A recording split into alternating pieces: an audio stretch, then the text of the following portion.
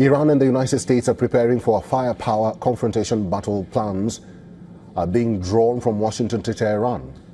Iranian supreme leader is in the eye of the storm and is preparing for the worst case scenario, handing over his powers to his trusted aide.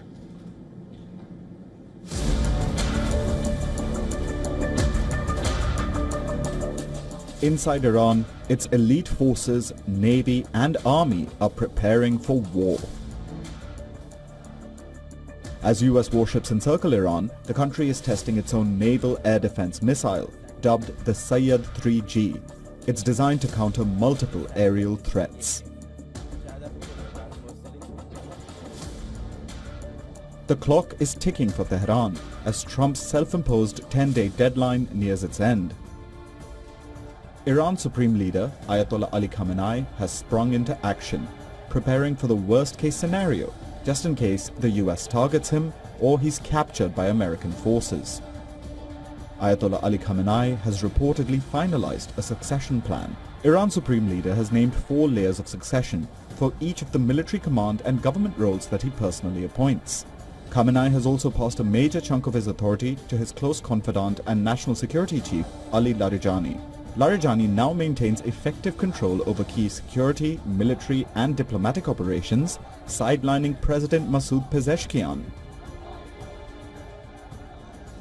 Larijani is a key player in Khamenei's pyramid of power. He oversaw the brutal crackdown on protests that peaked during early January. The former IRGC commander, Larijani, is Ayatollah Khamenei's go-to man when it comes to crushing dissent. But away from the thick walls of Iran's power corridors, protests are slowly re-emerging. According to the Institute of the Study of War, at least 5 large-scale anti-government protests have taken place across Iran in recent days. They took place in the capital Tehran and the provinces of Fars, Esfahan, Shiraz and Mazandaran.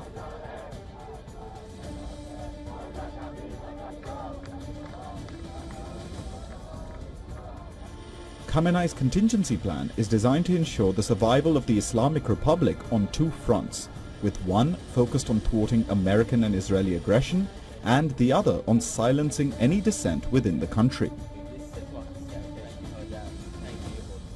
Iran has stationed its ballistic missiles near the Iraq border and its southern border, bringing Israel and US military bases in West Asia in the line of fire.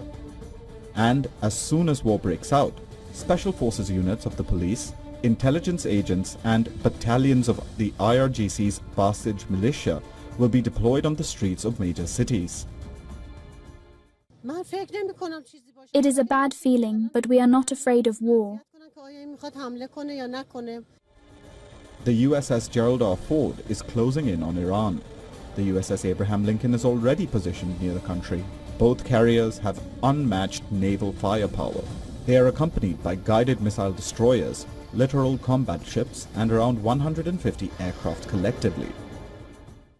I don't want to use the word capitulated, but why they haven't capitulated? Why under this sort of pressure with the amount of sea power, naval power that we have over there, why they haven't come to us and said, we profess that we don't want a weapon, so here's what we're prepared to do, and yet it's hard to sort of get them to that place. Trump's warnings, Khamenei's defiance, and diplomacy on the sidelines. With each passing hour, both sides are bringing their best guns to the battle. Bureau Report, WION. World is One.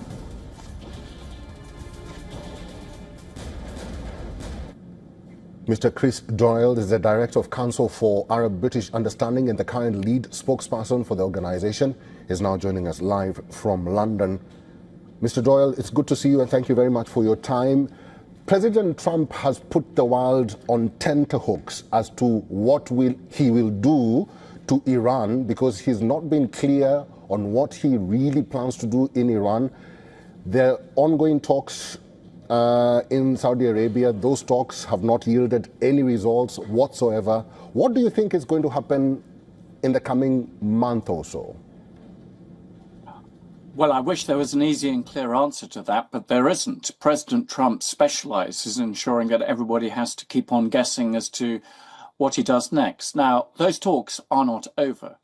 and I think there is a reasonable assumption that in part the build-up of American military presence in West Asia, with the aircraft carriers, the submarines, the destroyers, all the aircraft, is about trying to pressure the Iranian regime into realizing that they have no other option but to agree to a deal on America's terms.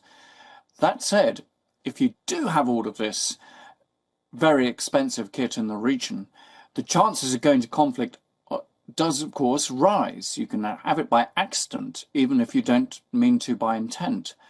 And, of course, questions will be asked of President Trump. If he's not able to achieve a deal, are you going to go to war? You've threatened this. And therefore, he may get himself into a situation where the talks are in stasis, they're paralyzed, they're not going forward, and that there is no other way out of this but to engage in strikes. Now, those strikes could be all manner of things. We could have some strikes just to build up that pressure on the Iranian regime again. It could be about saying, look, here's 24 hours of strikes, more of this can come your way unless you agree to a deal. And it could be, though, for a far more protracted war that could take weeks. There's the firepower in the region now to be able to do that. But any military engagement carries huge risks in terms of death of people on all sides, of civilians, to the risks to the global economy, the interruption to energy supplies, both oil and gas, to huge refugee flows, to destabilizing the region. Who knows what? You open up all sorts of possibilities. So it's a very high stakes poker game that President Trump and the Iranian leadership are engaged in. Mr. Doyle, let me ask you this. Now that Iran has been very steadfast in their position, they say that they're not perturbed, they're ready for war. Now the protests have re-emerged again in Iran.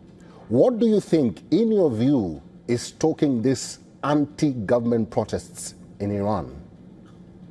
Well, we've seen these protests that kicked off in December, and let's not forget that there were protests against the Iranian authorities in the past as well on so many occasions. And in part, that was a cost of living protest. We saw, many Iranians go out on the streets because the economy is in crisis. And of course, that in part is because of American-led sanctions. Of course, there's other issues, the corruption of the Iranian regime, the way in which it runs the economy has to be thrown into that equation as well. But of course, when you get protests that are then met with force from the Iranian authorities, that actually exacerbates the situation. You have funerals, you have families grieving, anger, it spills out and spreads. I don't think it takes very much to push this. Then, of course, you get the argument that external powers, notably Israel and the United States, are accused of this, are stoking these protests up. But what I would say is one should be very careful of the argument that US military strikes will somehow aid those protesters. I'm not sure how that actually works.